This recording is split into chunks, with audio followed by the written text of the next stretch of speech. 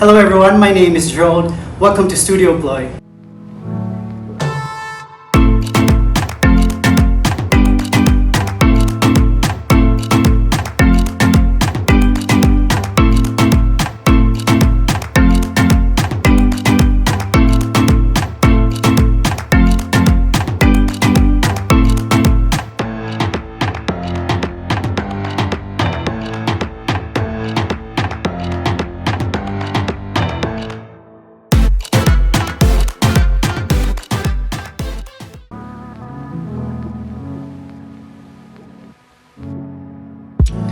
After exactly 5 months today, we're finally back with another makeover project.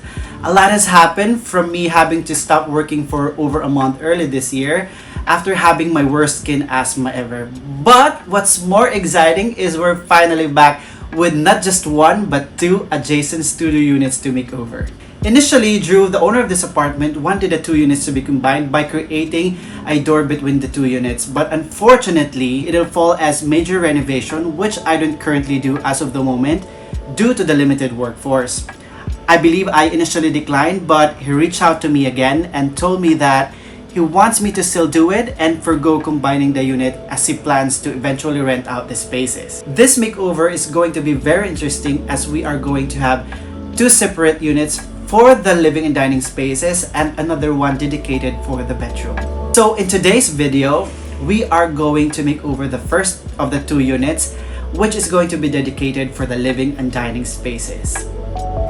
The unit measures approximately 30 square meters, including the balcony. His wish list includes a 45-seater dining table, which also convert as his working area. Another one is the sectional sofa and a shelving unit to display some of his book collections. Another special request is to cover the walls with cement finish. Actually, he wanted the two units to be fully covered, but I told him it'll be too expensive and will be way beyond his budget. The owner allocated a little over 400k in pesos for the two units. What's more challenging here is for the first unit, we're only allocating less than 1/3 of the total budget for the two units, as we have allocated or allotted some of the major upgrades for the bedroom. With a budget of more or less 125k exclusive of the fridge, microwave, and TV, we are going to make this unit look like it had a full budget spent to it. I came up with this space plan and mood board based on the client's wish lists, interest, and of course, one of major considerations, the budget. We are going to marry two design styles for this unit, as he wanted the industrial look and also loves MCM inspired furnitures and accessories. I also took notice that he loves taking pictures of the city skylines. Here's actually some of his fantastic shots of the Makati skyline. So I thought of including a painting or a framed photo by skyline. However, I later came up with a decision to instead do a focal wall with the NYC skyline mural, which I will be doing for the first time. Ang alam lang niya is I'll be including a painting or so, but not to fully cover a wall. By the way, as much as I would love to also upgrade the balcony, unfortunately, we are working on a certain budget, so it will be kept untouched for now. Also, you might again notice that we don't have any cooking range or cooktop in the kitchen. The owner only requested for a microwave, though provisions are already in place if he decides to purchase one or a portable cooktop for that matter. After the exchanges of emails, he approved of the proposal and we immediately request for the necessary permits to start the whole renovation process.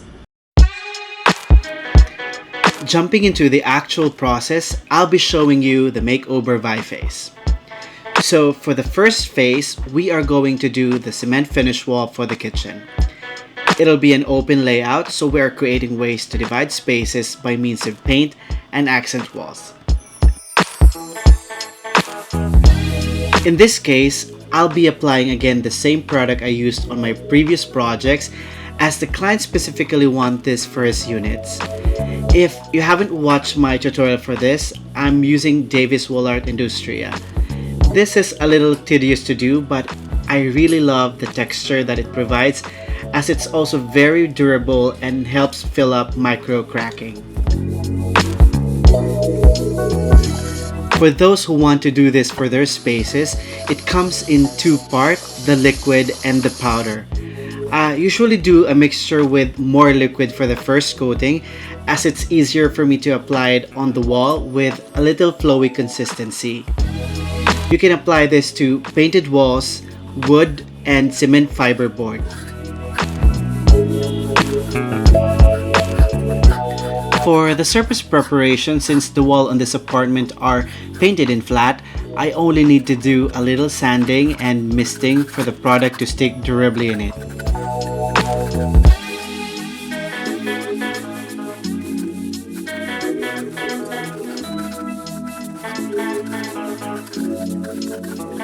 I did 2 applications and let it dry overnight.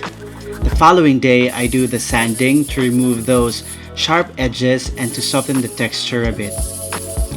The final step is to apply the top coat for that extra protection and added durability.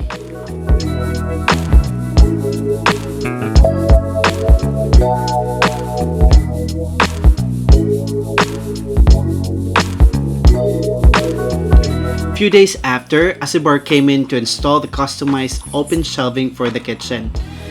We opted for this style as we wanted a more industrial feel to this display kitchen, and it perfectly gives this contrast to the cement finish wall, which will also serve as our backsplash. Together, it will be a perfect backdrop for our dining area.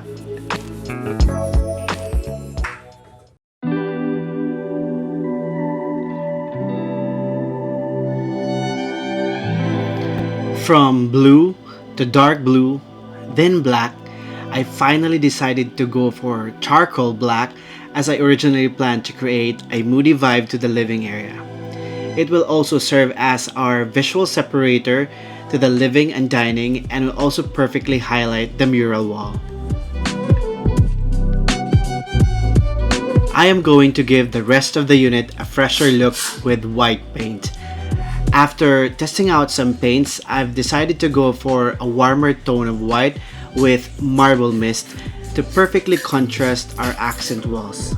I always keep the airy vibe to this space even with the addition of some darker tones as you would usually see in my previous makeover projects.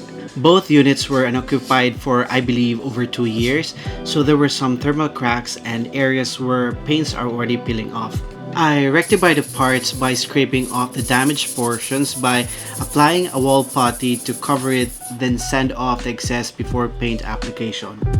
I believe most condos here do this, installing a faux baseboard with paint that creates boundaries and therefore making the unit look smaller. I also find the technique very dated and creates a necessary focal point instead of hiding imperfections to the trim. I decided to cover it with a primer before painting it over with marble mist. Then I proceed painting the edges and the trims so it'll be easier to paint the walls later on. I also painted the exposed sprinkler pipes for it to blend with the walls since we are not going to do claddings to hide it.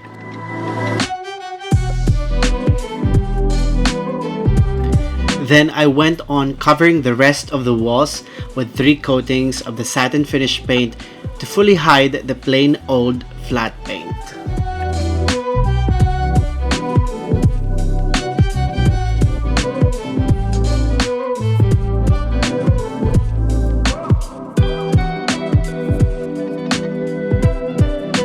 This wasn't part of the proposed plan, but after painting the walls, I noticed the need to also cover the inner part of the main door and balcony door for the space to look more cohesive and airy. Both doors are made of metal, so I used a water-based quick drying enamel, also in marble mist, but this time in glossy finish. For these doors, it took me 5 coats to fully cover the original dark brown paint. I also went on covering the door jamb with the same gloss paint.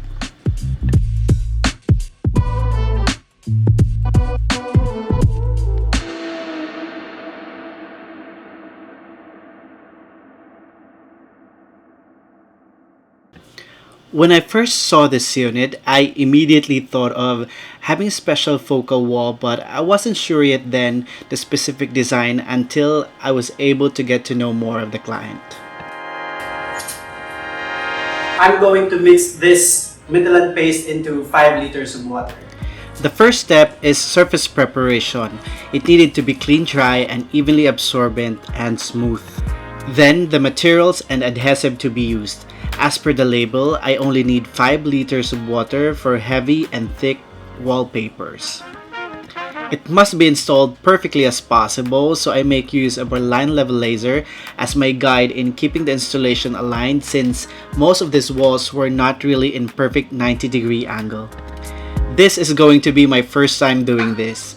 The challenge part is on how I'm gonna be able to install the wallpaper on my own sa laki niyang 2.4 by 3.5 meters. It'll be a full one-piece 9 square meter wallpaper as I wanted it seamless. Faithfully following the instructions from the paste and wallpaper suppliers, I started applying the paste on both wall and wallpaper. My plan is to start from the upper left corner, overlapping at least an inch, then unrolling to the right corner, but it wasn't as easy as I thought it was that my first attempt failed. For the second attempt, I folded the wallpaper in two. My idea here is also to start on the upper left corner and hang the upper part, then work my way down, but it was again an epic fail. Finally, I admitted with this size, I could not do it on my own and realized it would have been easy if I did 3 panels, but I still want it seamless still. Glad Milk came in with me that day, so I asked for her help.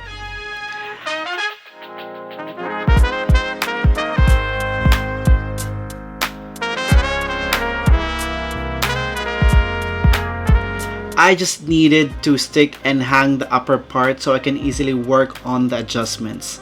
The paste dries slower than usual, so I took advantage of it by eliminating the imperfections.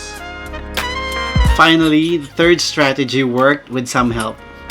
Then I worked my way down, making sure the wallpaper is properly stretched out and everything are properly in place and smooth with less to no bubbles.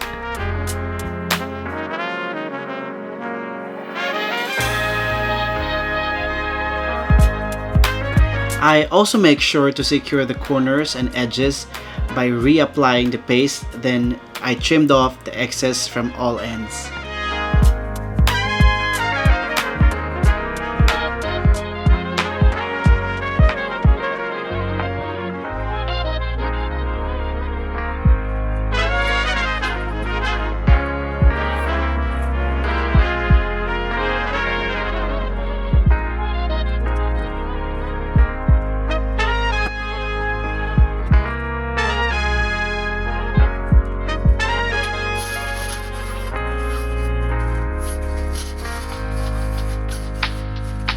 I left it to dry for 4 to 8 hours after installation, then sealed the edges and corners with a paintable clear sealant to secure the corners and edges.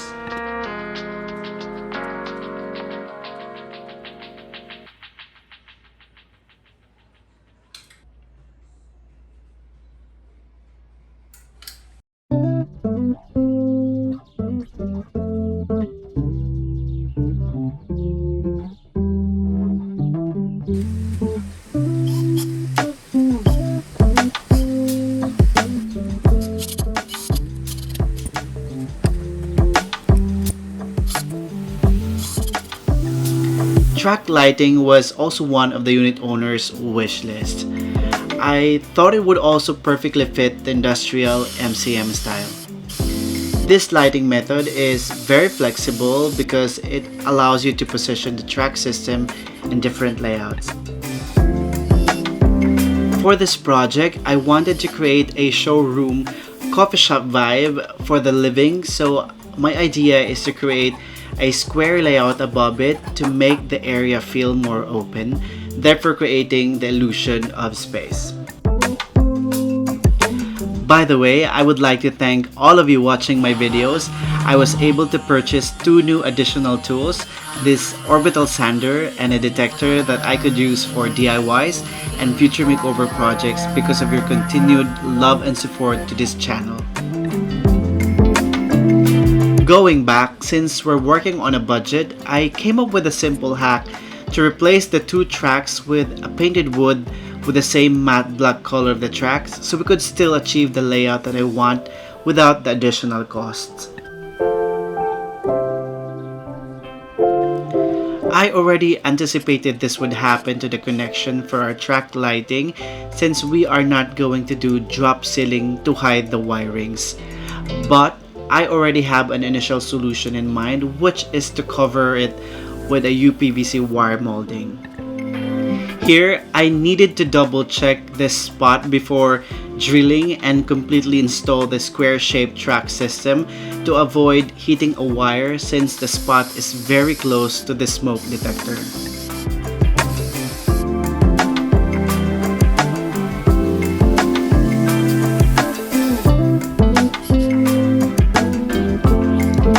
With due consideration on the size of the space and the power capacity, I installed 3 track lights on parallel ends with the purpose of illuminating the TV area on one side while highlighting the wallpaper mural on the other side.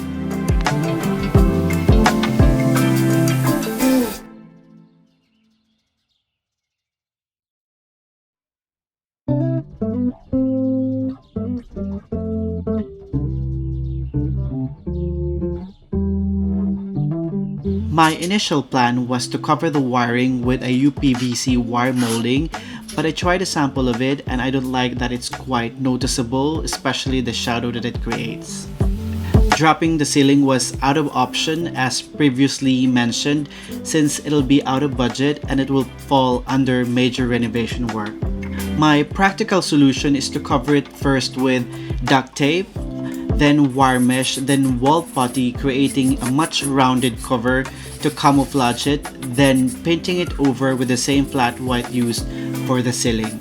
It does not create much shadow that you won't actually notice it on the actual unless I'll point it out.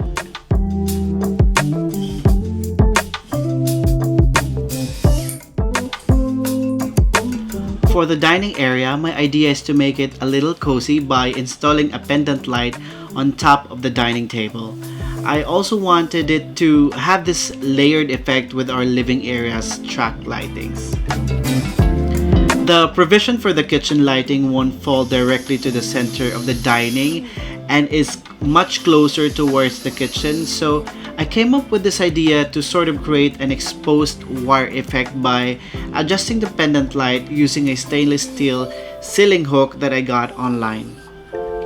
By the way, I got the pendant light from Nordlux and installed a tricolor bulb that the owner can change by turning on and off depending on the use and client's mood.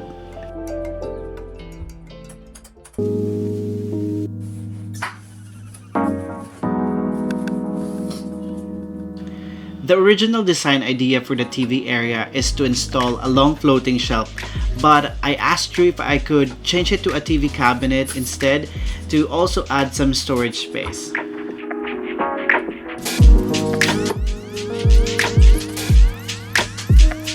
I like this cabinet's clean line and warm wood tone, plus it has plenty of storage spaces with 2 drawers and cabinets.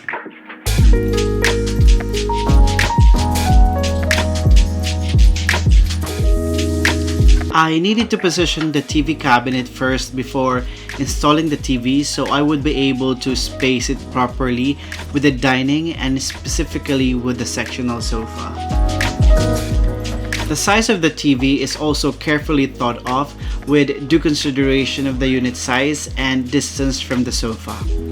Choosing the perfect TV size for your space is not only for aesthetic purposes, it is also important to have the right size and distance for an optimal viewing experience. On here, I chose to install a 50-inch TV. They say rooms don't get bigger to accommodate larger TVs, so find the right size for your space. I always love giving an interesting dimension to a space. Adding this 80 cm diameter Linbin mirror from IKEA simply elevates this space. Oftentimes, people think that creating dimension in a room means just filling it with stuff, but that isn't true. It's not about having things, it's about what you have and where you put it. Creating a cohesive looking space is always a challenge, especially if you're working on a budget. Oftentimes, I found nice items, but the finish does not fit with the style of the space. Whenever I'm in this kind of situation, I don't replace them right away and instead create solutions by upcycling them. One example is this gold lamp. I love the style, but the color won't fit the theme, so I painted it over with black and it now looked elevated and cohesive with the space.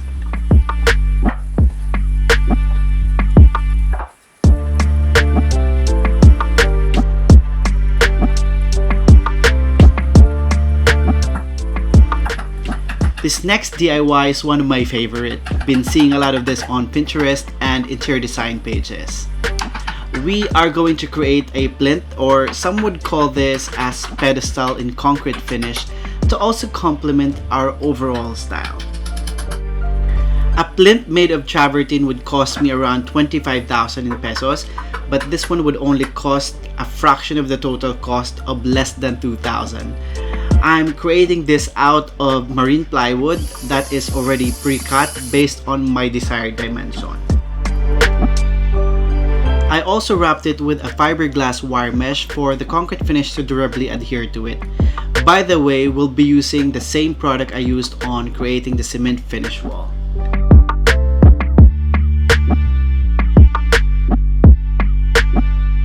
I did 2 coats to fully cover the wood.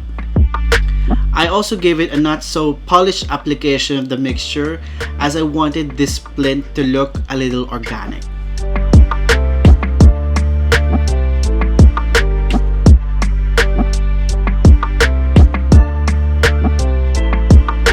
Next project is our cement ball paperweight.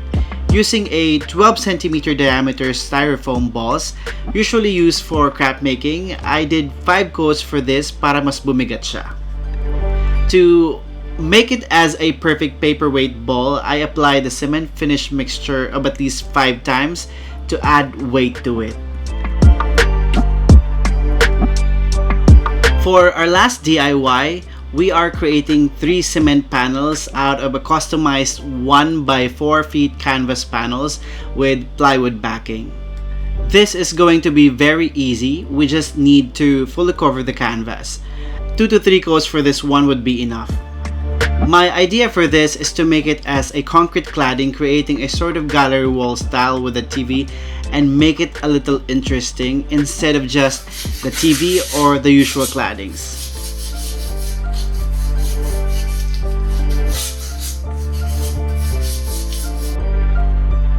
I leave all of our cement finish decor to fully dry for 2 days, then sand it to remove those sharp and unpleasing parts. Then applying 2 coats of the top coat for that additional protection and added durability.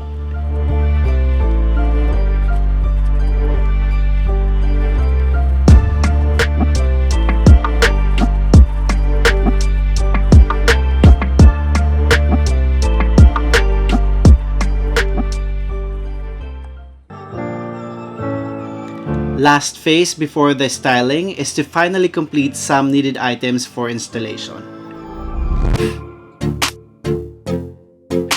Instead of the usual metal or glass, I went for the painted wood in black for our shelving unit and covered the under part with contact paper in gray to achieve a modern industrial look.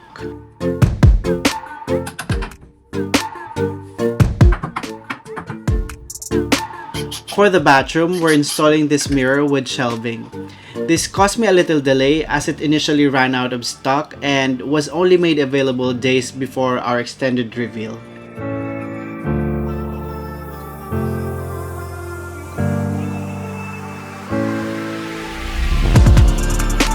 I almost overlooked this part, so this was actually covered a day before the reveal.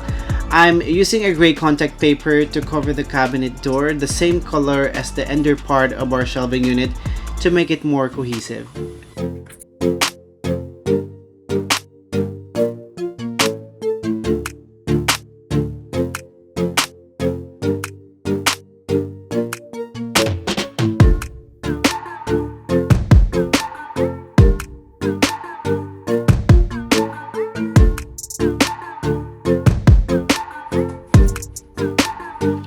When I painted one of the walls with charcoal black, I already had this in mind to make it as a backdrop for this Vitsjo shelving unit from IKEA.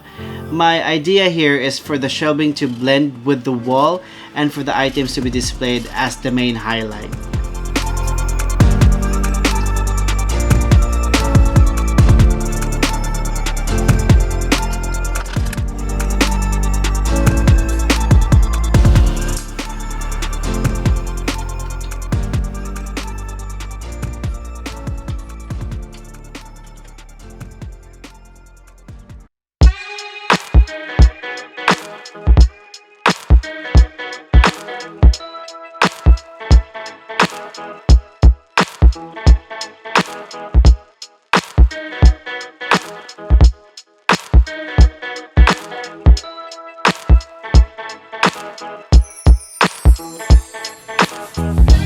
For the sofa, we initially decided for a different style in a sort of midnight blue color, but it got sold out before we were able to finalize the contract. I proposed to have this as our option as the size and style would also perfectly fit the space and is very flexible. The console part of this sectional sofa can be adjusted on either ends depending on your preferred space orientation.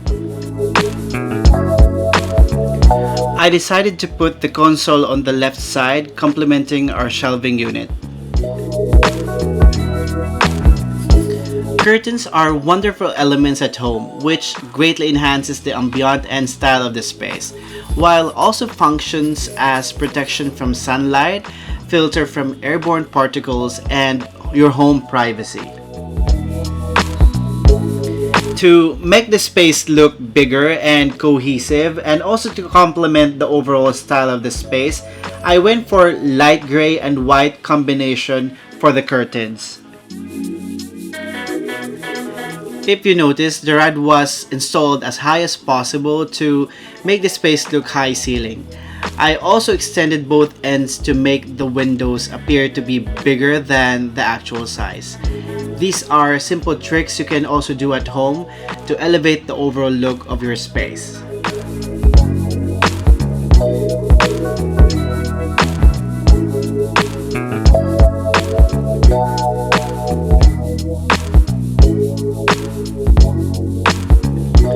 One of the best ways to define or anchor a space is with an area rug. When there's no natural division between rooms, area rugs can be used to create them.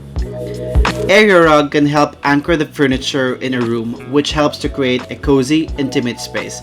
For example, this living room rug should be large enough to fit the sofa, accent chair, and coffee table, or at a minimum, have the front legs on the rug.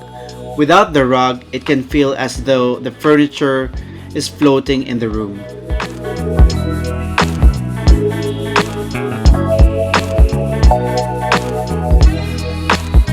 For the final piece is this foldable table set that I got online. Its design is very functional and at the same time stylish. My only concern is it looked boring having all parts in the same wood color. So I actually have this chair upcycled to make it look more sophisticated and would perfectly complement the space. I will put the link on the description box if you haven't watched my DIY video for this one.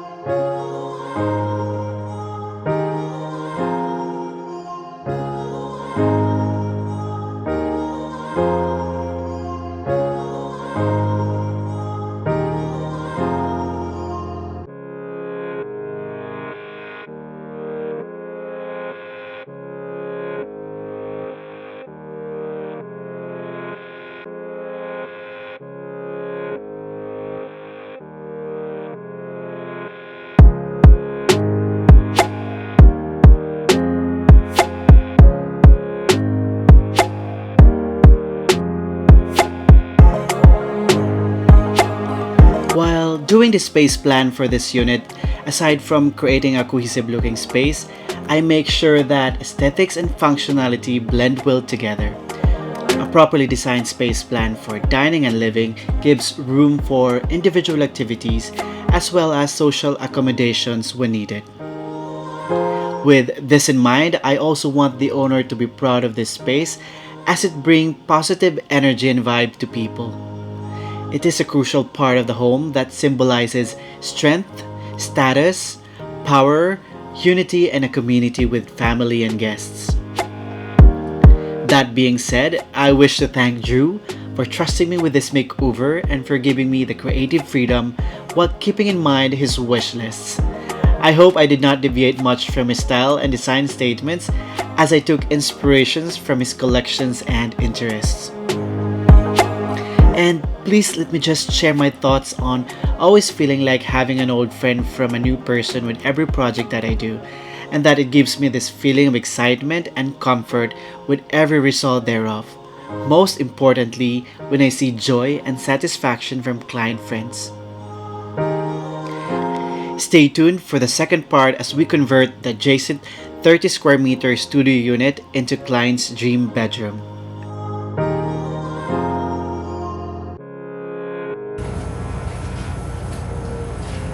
Thank you guys so much for watching. See you next time.